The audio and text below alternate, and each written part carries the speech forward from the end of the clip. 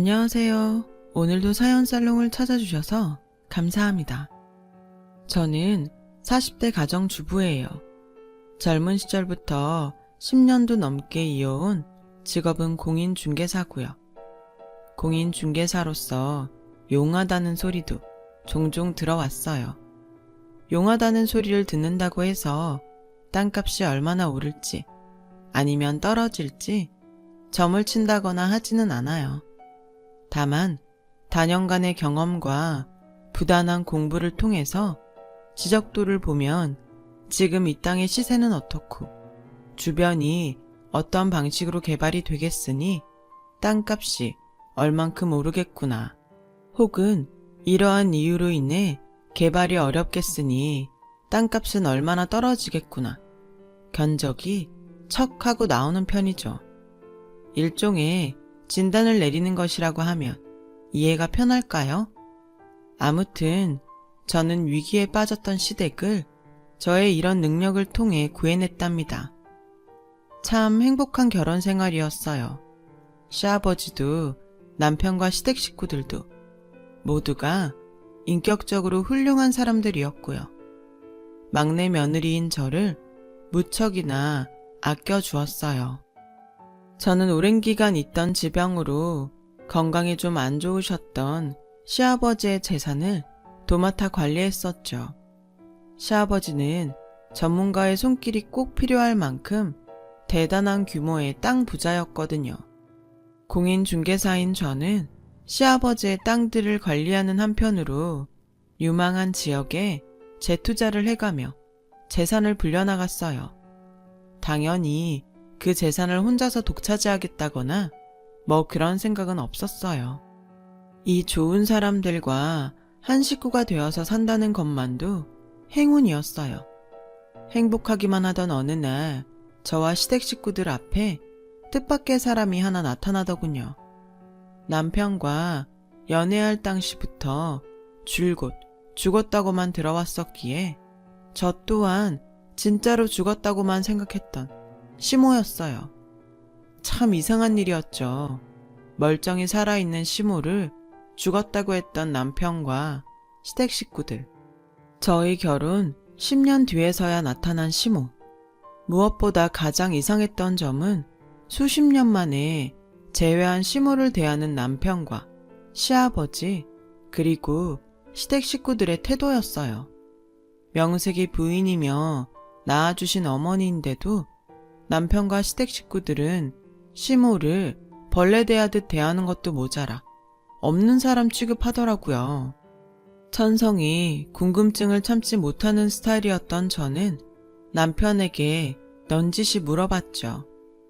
무슨 사연이라도 있어? 왜? 궁금해? 당연히 궁금하지.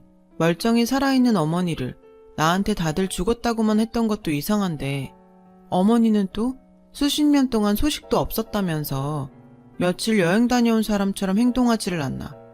낳아준 친어머니인데 당신이랑 시댁 식구들이 없는 사람 취급하는 것도 그렇고 뒤죽박죽이잖아. 아, 맞네. 생각해보니까 시어머니 제사는 한 번도 지낸 적이 없구나. 근데 그럼 시어머니 살아있는 거 알았다는 얘기잖아. 응? 아마 그 인간이 어디 가서 객사를 했어도 제사 같은 건 안 지냈을 거야. 응? 넌 저 여자가 우리 엄마로 보여? 아니야? 혹시 딴 사람인가? 친모가 아니라거나? 낳아준 사람은 맞는데 엄마는 아니야. 저 사람이 자식들이랑 수술받고 누워있는 아버지 버리고 집 나가버릴 때부터 엄마 아니기로 했어. 솔직히 우리 버리고 도망친 건 고마운 일이지. 집 나가기 전부터 우리 엄마 아니었으면 싶은 인간이었으니까. 남편의 절절한 이야기를 듣고 보니 늘 화목하던 시댁은 참 사연이 많은 집안이더라고요. 멀쩡히 살아있는 시모를 차라리 죽은 사람인 셈 치며 살아왔을 정도로요. 결론부터 말하자면 시모가 몹쓸 부인이자 악덕 엄마였던 까닭이었어요. 지금이야 전문가의 관리가 필요할 만큼 대단한 땅 부자이지만 젊을 적 시아버지는 찢어질 정도로 가난했다더군요. 하루 한 끼 쌀밥 먹으면 다행일 지경이었더랬어요. 그 가난을 끔찍하게 싫어했던 시모가 가족을 내팽개친 채로 야반도주를 해버렸고요. 야반도주하기 전에도 시모는 결코 좋은 사람은 아니었어요. 공사판 막노동꾼이었던 시아버지는 일감을 찾아 먼 지역의 공사장으로 막리를 떠나 있는 날이 많았는데요. 평소에도 집안일은 모두 어린 자식들에게 떠넘긴 채로 빈둥거리기만 했던 시모의 악행은 시아버지가 집을 비울 때마다 극성이었대요. 날씨가 안 좋아서 기분이 나쁘다던가, 자신이 시켜 먹던 짜장이 불어서 입맛 버렸다던가 하는 시기였죠. 그러던 어느 날 그나마 생계를 이어오던 시아버지가 크게 다쳐 공사장 일을 한동안 못하게 되자 시모는 수술을 받고 몸져 누운 시아버지와 아직은 보살핌이 필요한 어린 자식들을 내버려 두고 야반도주를 해버린 거죠. 말이 좋아 야반도주지 집안에 돈 될 만한 것들은 싸그리 싹싹 챙겨든 채로요. 그거 없으면 우리는 뭐 먹고 사냐고 울부짖는 남편과 어린 자식들을 뿌리치고 말이죠. 참, 쉽지 않은 일 아닌가요? 그래서 시아버지와 시댁 식구 모두는 시모를 차라리 죽은 사람인 셈 치며 살아왔던 거였죠. 상황이 이러니 수십 년 만에 돌아온 시모를 누구 하나 좋게 볼 턱이 있겠냐고요. 저 또한 그 심정을 충분히 이해할 수 있었고요. 다만 갑자기 나타난 시모를 향한 저의 시선에는 가족을 내다버렸던 과거에 대한 경멸과 더불어 의심도 함께 담겨 있었어요. 시모가 수십 년 만에 돌아오던 때는 오랜 지병을 앓던 시아버지의 임종이 얼마 남지 않았던 날, 시모가 남편과 자식의 안부보다 먼저 저에게 물었던 한마디가 의심을 불러왔어요. 네가 막내 며느리 되는구나? 그런데요. 직업이 공인중개사라지? 집안 재산 관리를 도맡아 왔고. 어떻게 하셨어요? 어떻게 알았는지는 물을 것 없고 우리 남편 재산이 얼마나 된다든? 유감이지만 대답 못하겠는데요. 시아버님 재산은 모두 시아버님 개인 명의로 되어 있죠. 정 궁금하다 싶으면 시아버님 동의 받아오던가요. 남편한테 못 들었니? 내가 그 시아버님 아내 되는 사람이야. 당신이 왜 시모가 아니고 시댁 식구들의 어머니도 아닌지 정도는 들었죠. 막내는 어릴 적부터 멍청하더니 어디서 이딴 년을 며느리랍시고 얻어가지고선 야, 내가 네 시어머니야. 어디서 당신 같은 사람이 시어머니랍시고 들어앉았는지는 모르겠지만 조심하는 게 좋을걸요? 나 뭐 그렇게 만만한 사람 아니거든요. 너 지금 텃세 부리니? 곧 알게 되겠죠. 괜한 텃세인지 아닌지는. 그날로 저는 시모의 과거 행적을 수소문하기 시작했어요. 눈치야 누가 봐도 이건 유산 노리고 계획적으로 접근한 거다 싶었지만 그래도 확신이 필요했거든요. 왜 가끔 있잖아요. 평생 몹쓸 짓은 다 처하고 돌아다니다가 인생 말년에 폭풍 같은 사건을 겪으면서 개가천선하는 특이 케이스. 저는 수십 년 만에 돌아온 시모가 혹시나 그 특이 케이스는 아닌지 확인해야만 했고, 만약 제가 넘겨짚은 그대로 유산을 노린 접근이라면 그 흑심으로부터 시댁을 지켜낼 방법을 찾아야만 했어요. 그런데 혹시나 하면 역시나 라고 하던가요? 시모가 딱 그 꼴이더군요. 가족을 버리고 야반 도주했던 시모의 과거 수십 년간의 행적을 마주한 저의 심정은 아니나 다를까 였어요. 시모는 가족을 버린 이후의 평생을 남의 등이나 처먹고 다니는 사기꾼으로 살았더군요. 무전 취식과 외상값 떼먹기는 아주 귀여울 지경이었고 어디서 무슨 사기를 얼마나 치고 다녔던지 사기 전과가 몇 번씩이나 되는 악질 중의 악질이었어요. 시모의 실체를 파악한 저는 혹시나 싶은 마음에 시모가 지명수배 중은 아닌가 알아보았지만 교도소에서 출소한 지 얼마 되지 않았을 뿐 지명수배자까지는 아니더라고요. 저는 시모가 지명수배자가 아니라는 사실이 못내 아쉬웠어요. 너무 잔인한 생각 아니냐고요? 제 얘기를 들으시면 아무리 선한 분이라도 잔인하다고는 못할걸요 아마. 시모가 지명수배자가 아니라는 사실이 아쉬웠던 이유는 저와 시댁 식구들에게는 유산을 노리는 시모의 흑심으로부터 시댁을 지켜낼 대비책을 마련할 시간조차 주어지지 않았기 때문이었어요. 시모의 실체를 모두 파악해낸 제가 시댁 식구들에게 조심스레 사실을 털어놓던 바로 그날, 시아버지가 임종을 맞이했거든요. 저와 시댁 식구들은 시모의 흑심에 대한 대비책보다 제대로 된 자식 노릇, 시아버지의 장례를 순조롭게 치르는 것이 먼저였어요. 하지만 시아버지의 장례를 치르는 내내 저는 코빼기도 비추지 않는 시모가 무척이나 불안했고, 발인을 앞둔 시간에서야 모습을 드러낸 시모를 보며 차라리 지명수배자라면 신고 한 번에 아주 쉽게 끝낼 텐데 싶었죠. 몰래 나타난 시모가 사방을 두리번거리며 부조금 통을 찾고 있었거든요. 부조금 통이 안 보인다 그쵸? 현찰부터 챙겨놓은 다음에 유산 얘기를 꺼내려고 했는데 그게 사라져버렸다. 그쵸? 아유, 이걸 어째? 너지? 네가 숨긴 거지? 그럼 그걸 가만히 냅뒀겠어요? 당신이 어떤 사람인지 벌써 뻔히 다 알아버렸는데? 하여간에 눈치는 아주. 됐다 그럼. 꼴랑 부조금이 몇 푼 되니? 죽은 남편이 남겨놓은 재산이 얼마나 많은지 다 알아보고 오는 길인데? 아, 그거 알아보고 다니느라 장례식에는 코빼기도 안 비쳤구나. 이래서 내가 당신만 보면 역시나 혹시나 했는데 또 역시나 맨날 이러는 거지. 시끄럽게 따들 것 없고 나 이혼녀 아니다. 법적으로 내가 1순위 상속자야. 자식 새끼들이랑 내년이 무슨 발버둥을 어떻게 치든 재산 전부 나한테 넘어오게 되어 있으니 그리 알렴. 그렇게 되지는 않을 겁니다 아마. 약속하죠.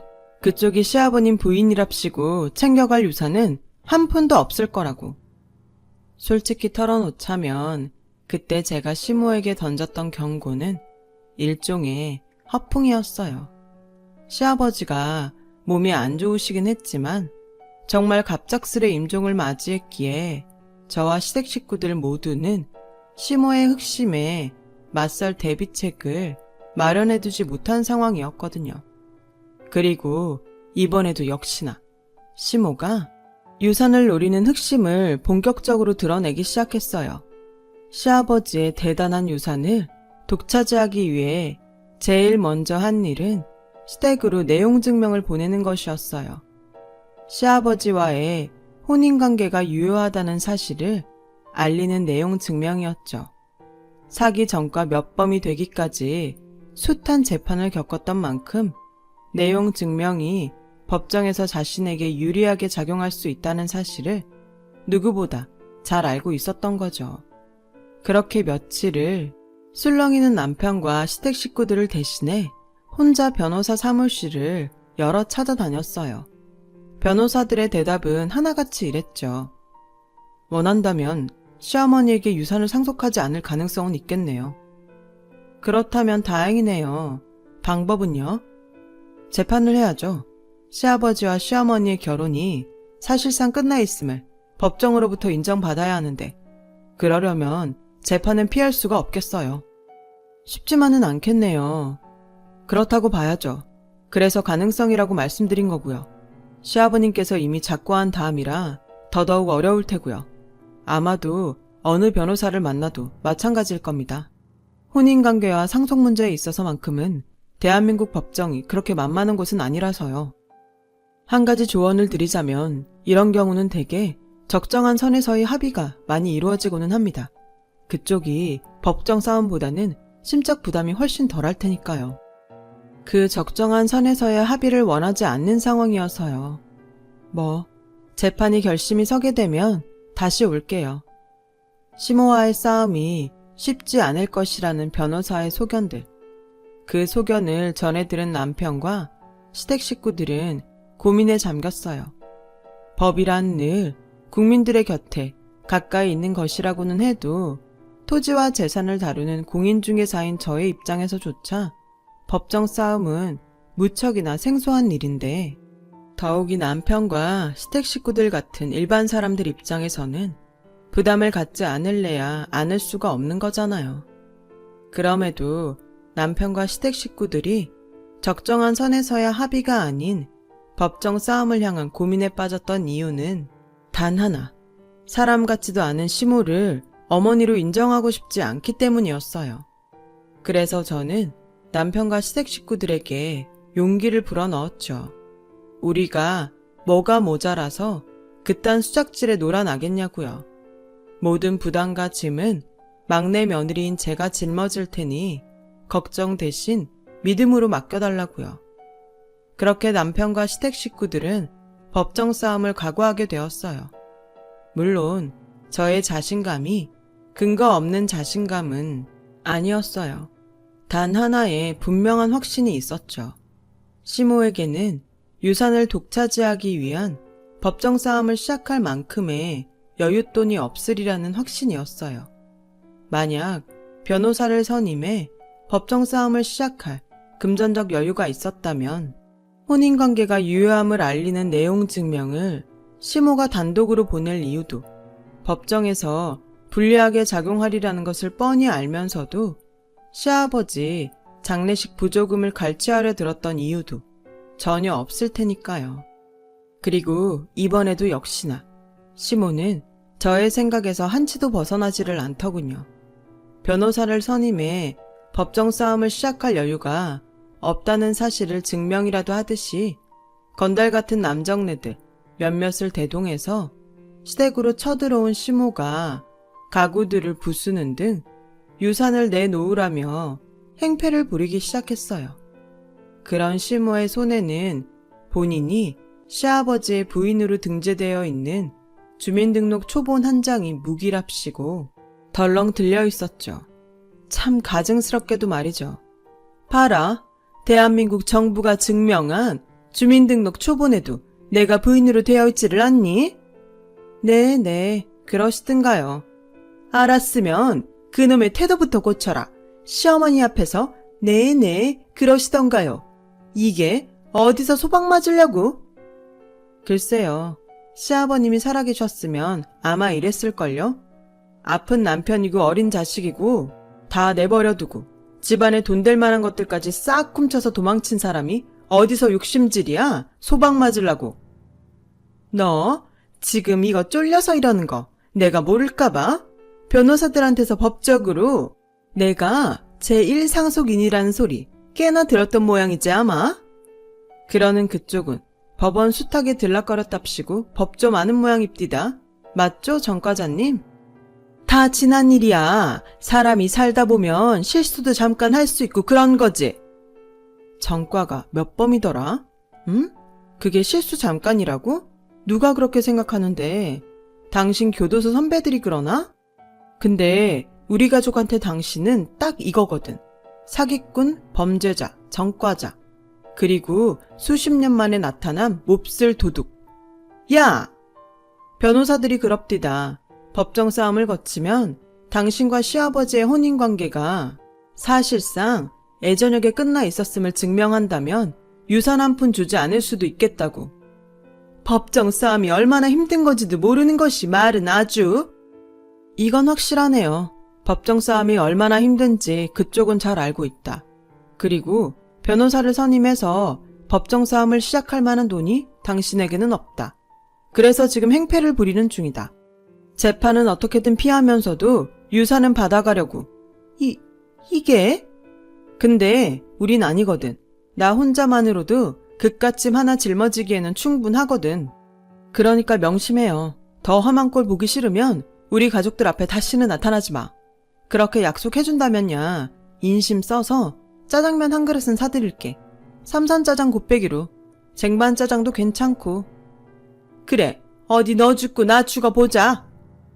시모를 향해 던진 자극의 말들은 저와 시댁 식구들이 함께 준비한 작전이었어요. 시모를 자극해 시모와 건달 같은 장정들이 더 심한 협박을 가해오기를 유도했죠. 아니나 다를까 시모와 그 사람들은 저희가 의도했던 대로 행동하더군요. 시댁 식구들을 때릴 듯 협박했고 집안을 아주 쑥대밭으로 만들었어요. 그러는 모든 순간을 시댁 식구들이 몰래 숨겨놓은 휴대폰 카메라들이 촬영하고 있었고요. 다 지난 일이니만큼 솔직하게 고백하자면 제가 이렇게까지 했던 이유는 유산의 거취를 두고 진행될 시모와의 재판이 그만큼 쉽지 않을 것이기 때문이었어요. 시모의 행패와 협박 같은 증거들까지 어떻게든 싸그리 싹싹 긁어모아 저희에게 유리한 증거로 사용하기 위해서였죠. 그런데 시모와 그 사람들이 행패를 부리기 몇 시간 전 시모를 향한 고소장을 작성하기 위해 변호사 사무실로 떠났던 남편이 시모와 건달들의 행패가 한창인 현장으로 도착했어요. 넋이 나가버린 얼굴로 어떤 종이 한 장을 손에 쥔 채로요. 남편으로부터 그 종이를 넘겨받은 시댁 식구들 또한 멍하니 넋이 나가버리더군요. 좌절을 절감한 표정이 역력했어요. 또 그 종이를 빼앗듯이 받아 읽어본 시모는 환하게 웃었고요. 남편이 뒤늦게 발견되었다며 들고 나타난 종이는 시아버지의 유언장이었어요. 유언장에 담겨있는 내용은 놀라웠죠. 대규모의 토지를 시모에게 상속하겠다는 내용이었거든요. 이대로라면 시모를 시댁 식구들의 어머니로 인정하게 되는 꼴도 모자라서 유언장에 담겨있는 토지 더하기 유산 전부를 시모에게 빼앗기게 될지도 모르는 상황이었어요. 심지어 유언장에 담겨있는 토지의 규모는 축구장과 야구장, 여러 개가 들어가고도 남을 만큼 엄청난 규모였어요. 그 유언장에 적혀있는 토지 등기 주소를 유심히 살펴보던 저는 태사를 바꾸어 시모를 설득하기 시작했어요. 그냥 있는 그대로 다 털어놓을게요. 법정 싸움 운운했던 말은 전부 허세였어요. 어머니가 아버님의 법적 배우자가 확실한 만큼 재판을 걸어봤자 이길 자신이 솔직히 전혀 없었거든요. 당연한 얘기를 참 길게 하는 재주가 있다 너는? 그래도 유언장에 담긴 땅 정도면 어머니가 원하는 만큼 다 이루고도 남지 않을까요? 그걸 어떻게 알아? 제가 공인중개사잖아요. 축구장, 야구장 여러 개가 들어가고도 남을 만큼 어마어마한 규모예요. 그러자 시어머니의 얼굴에 슬쩍 화색이 돌더군요. 모종의 기세를 탄 저는 설득을 이어갔죠. 솔직히 법정 싸움을 이길 자신은 없지만서도 이대로 재판 들어가면 어머님도 이래저래 마음고생 많을 거잖아요. 걱정 말거라. 돈 있는 사람이 재판에 지는 꼴? 난 그런 거 본 적 없다. 아닐걸요? 재판 시작하면 저희는 무조건 대법원까지 끌고 갈 생각인데 그럼 그동안 어머님도 상속 못 받아요. 재판 끝나기 전까지 상속 못 받도록 가처분 신청부터 넣을 테니까요. 3심까지 끝내고 상속받으려면 못해도 최소한 몇 년인데 그때까지 애만 태우면서 기다릴 수 있겠어요? 그 대단한 토지를 눈앞에 두고? 그래서 하고 싶은 말이 뭐니 대체? 합의하죠. 피차 법정 싸움으로 고생하느니 그 땅만 받고 끝내기로. 대신 각서 한 장만 부탁해요. 유서에 적힌 땅을 받는 대신 나머지 유산의 상속은 포기하겠다고요. 나머지는 포기? 선택하세요. 그 어마어마한 땅을 이 자리에서 아주 손쉽게 가져가시던가 아니면 몇 년 동안 죽어라 재판 치러 가면서 고생이란 고생은 다 한 다음에 나머지 유산들 좀 욕심내 보던가. 다시 강조하지만 유서에 적힌 토지는 축구장, 야구장 여러 개가 들어가고도 남을 만큼 어마어마한 규모예요. 하기사, 그 정도 크기의 땅을 팔아치우면 평생을 놀고 먹어도 부족하지는 않겠지. 그거 참 좋은 조건이다 얘. 어떻게 각서에는 지장이 확실하겠지? 인주랑 바로 준비할까요? 이제야 얘기가 좀 되네. 진작에 그랬어야지. 시모는 신이 나서 유서에 적혀있는 토지만 상속받고 나머지 유산에 대한 상속권을 포기한다는 각서에 도장을 찍었어요. 그 뒤에 벌어질 대참사는 꿈에도 모르는 채로요. 시모로부터 전화가 걸려온 건 각서에 도장을 찍으며 유산에 적힌 토지만을 챙겨갔던 날로부터 채 며칠이 지나지 않은 어느 날이었어요. 휴대폰 너머로 들려온 시모의 목소리는 역시나 울먹이는 목소리였죠. 예, 며느라, 나 지금 상속받은 땅 확인하러 왔는데 뭐가 잘못된 모양이다. 땅이 뭐가 어떤데요? 어떻기는 사방이 온통 산이야. 주변에 도로도 없고 인가도 하나 없고. 뭐 별 다른 건 없고요? 신만이가 그러는데 여기가 무슨 어떤 그린벨트란다? 그래서 지금 산속이라고요? 그치. 아무래도 내가 잘못 찾아왔구나 싶은. 제대로 찾아갔구만 뭐. 응? 그린벨트도 그냥 그린벨트가 아니라 천연기념물 서식지예요. 그러니까 개발 그딴 거 꿈도 꾸지 말고 내려올 때 조심이나 하셔요. 괜히 천연기념물 해쳤다가 범죄 하나 추가하는 수가 있다? 그 말을 끝으로 냅다 전화를 끊어버린 저는 남편 그리고 시댁 식구들과 함께 마침내 환호했어요. 이게 어떻게 된 일이냐고요? 저와 시댁 식구들이 시모에게 패배한 거 아니었냐고요? 시모가 건달 같은 그 사람들과 시댁에 쳐들어와 행패를 부리던 날 시모에게 어마어마한 규모의 토지를 상속한다는 시아버지의 유언장을 마주하며 저는 확신했어요. 그 땅이야말로 시아버지가 남긴 저주와 복수의 유산인걸요.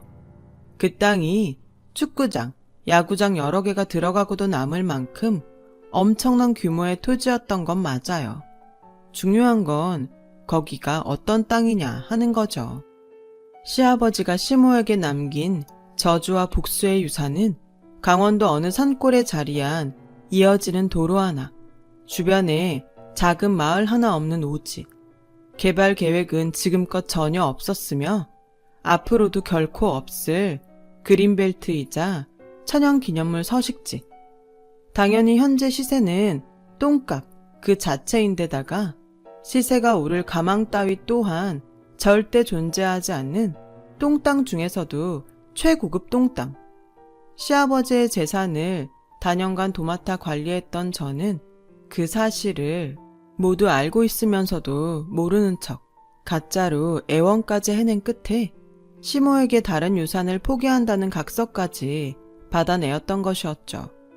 팔아서 돈으로 만들 수도 없는 똥땅만을 상속받은 시모는 결국 상속세조차 낼 수 없는 알거지 신세가 되어버렸고 그 신세가 얼마나 절박했던지 저에게 전화 한 통이 더 걸려왔어요. 아니나 다를까 돈 내놓으라는 협박 전화였죠. 이제 와서 그러면 뭐하나. 가소로울 뿐이었죠. 다른 유산의 상속권을 포기하겠다며 지장까지 찍은 각서가 버젓이 있는 데다가 시댁까지 쳐들어와 행패와 협박을 일삼았던 동영상 증거까지 다 가지고 있는데 말이에요. 저는 또 교도소가 가고 싶으면 어디 마음대로 해보라는 비아냥으로 맞섰고 한숨과 함께 전화를 끊어버린 시모가 그날로 종적을 감추었어요. 비로소 저와 시댁은 완전한 평화를 되찾았죠. 요즘 말로 치자면 시아버지의 성견지명과 공인중개사 며느리가 콜라보레이션으로 완성시킨 복수인 셈이죠. 그렇게 지금 저는 시댁 식구들에게 골고루 분배한 시아버지의 유산을 도맡아 관리하며 하루하루 불려나가고 있어요. 남편과 시댁 식구들은 누구 하나 몹쓸 시모를 닮지 않은 덕분에 아주 훌륭한 부모가 되었고요. 시모는 어떻게 되었냐고요? 똥땅 앞으로 나오는 토지세만 철마다 퍽퍽 쌓여가는 꼬라지가 되고 말았죠 뭐.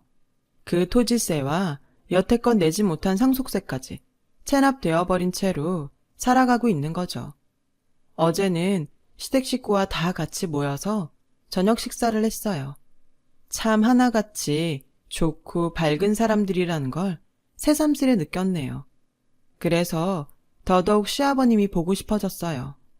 서로 보다듬고 잘 지켜나가며 행복하게 잘 살고 싶습니다. 아버님, 지켜봐 주세요. 여러분, 사연 댓글에 응원과 현명한 조언 부탁드려요. 좋아요와 구독은 저에게 큰 힘이 됩니다. 오늘도 좋은 일 가득하세요.